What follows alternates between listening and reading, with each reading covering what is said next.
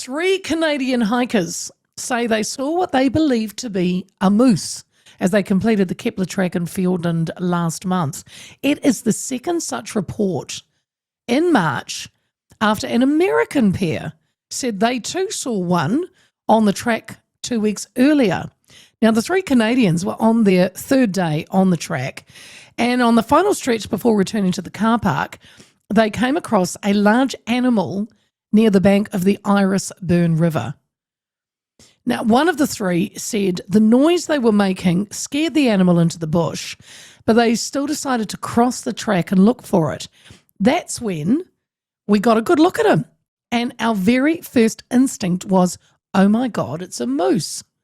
The trio from Quebec have seen moose in the wild in their home country.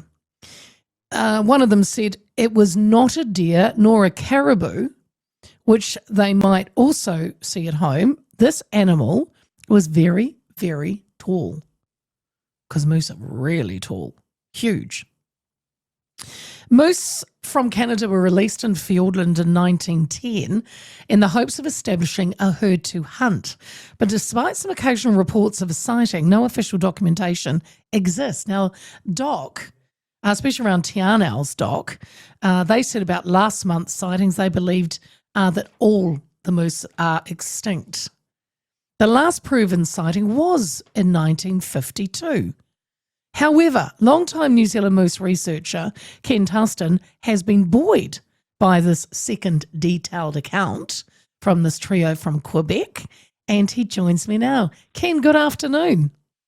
Yeah, hello, Leah. I'm excited about this, Ken. I would love to think that there are moose there, but first, can you tell us your story? You know, you've spent a long time looking for evidence, haven't you? Leah, I've been involved with moose for since the early 1970s, and yeah, it's been a very, very hands-on project. I'm kind of a little bit piqued by, you know, the word that keeps cropping up about official records, official. I mean, you know, what's official? Is that a man with a pointy hat, or you know, a uniform, or signed off by, you know, God or the Prime Minister or the Queen? Well, wouldn't it be like photographic evidence, Ken, or a filming of it?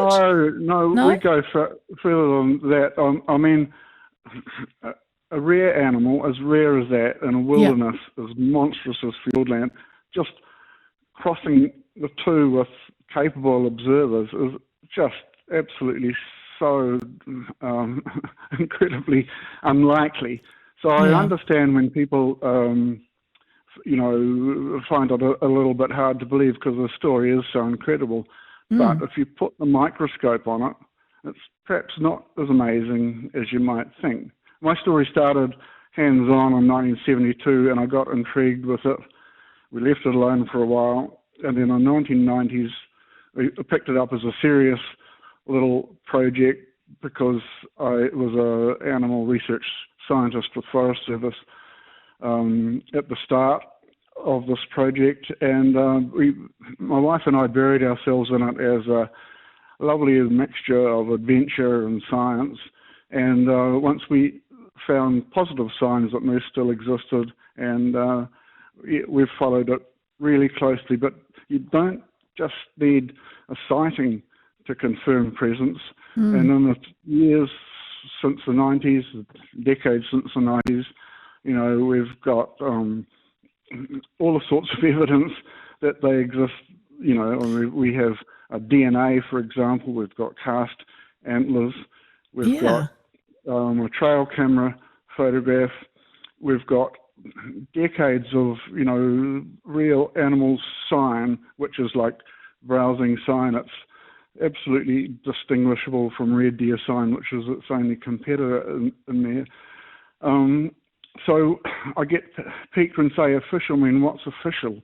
I see what you're saying. I've done scientific papers, I've done articles in magazines and textbooks and all about it. So, you know, we feel we can speak with a bit of authority to say yes, we still exist, and qualify that immediately by saying, well, I mean, it's a remnant herd. It's hanging on by a thread.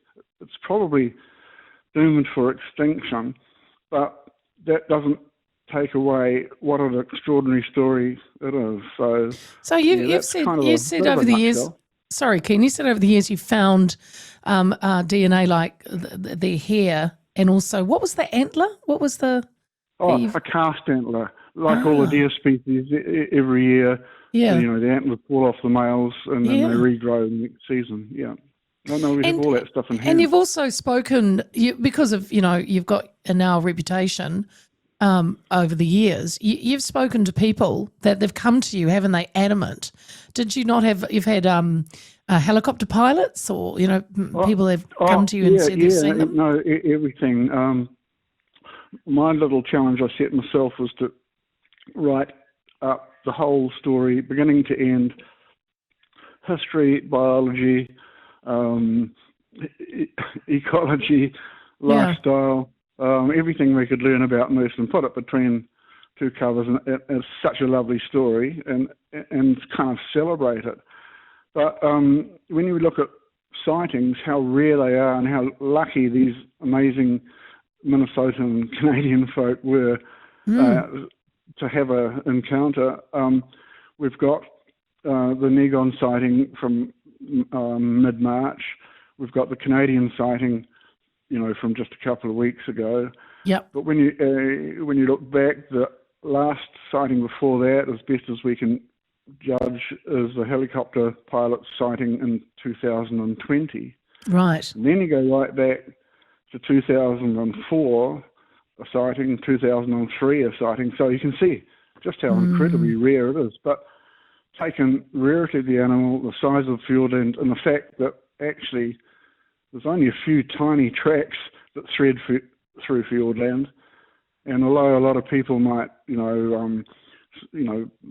pilots and deer hunting missions and so on fly over the top, and fishermen scout around the outside, boy, there's a zillion acres and 1,000 valleys that never get a foot stepped in. So that's interesting, Ken. Because I mean, I don't know the area, so you can fill me in on this. Is there? I know it's a big area, so there are. You're saying thousands of hectares that there will not be hunters that have gotten into it, or even dock. You think that's why they could be in there? Thousands of valleys which never get a foot set in for decade after decade. I mean, truly, I've been collecting records, since the 1970s, and when you dot all the credible records, that is, animal sightings, animals that have been shot, skeletons that have been found, cast antlers, our DNA, our trail camera records. They're dotted all over Fiordland, and in extreme places as well, but there's huge gaps, and those gaps are because there was no people there, not that there was no animals there. So we've got such a lot to learn, and I guess the wee quest my wife and I have set on is to fill in as many gaps as we can and put a credible story up. Ken, you said that. Sorry, you said that part of your goal was, you've written about them. You want the moose to be written into history of New Zealand. So so you're an expert, right? What's the lifespan of a moose? Yeah, an old one would be over 10, up to 20 in really good feed conditions, and in Fiordland right now, there's very, very poor food conditions for a foraging moose, which is perhaps one reason why we're getting a few outlier individuals like the ones these folk have just seen. But on the other hand, too, it's the rut, the mating season, and if the Negon sighting was a mature female and here's a young male seen by the Canadians, they've got their great big snoz packed with sensors, and so there's probably a little bit of wandering and a little bit of movement which you may not get out of season.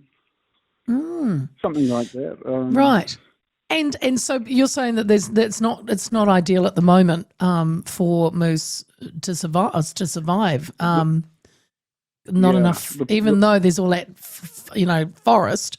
Do you think it's not for them enough for them to eat?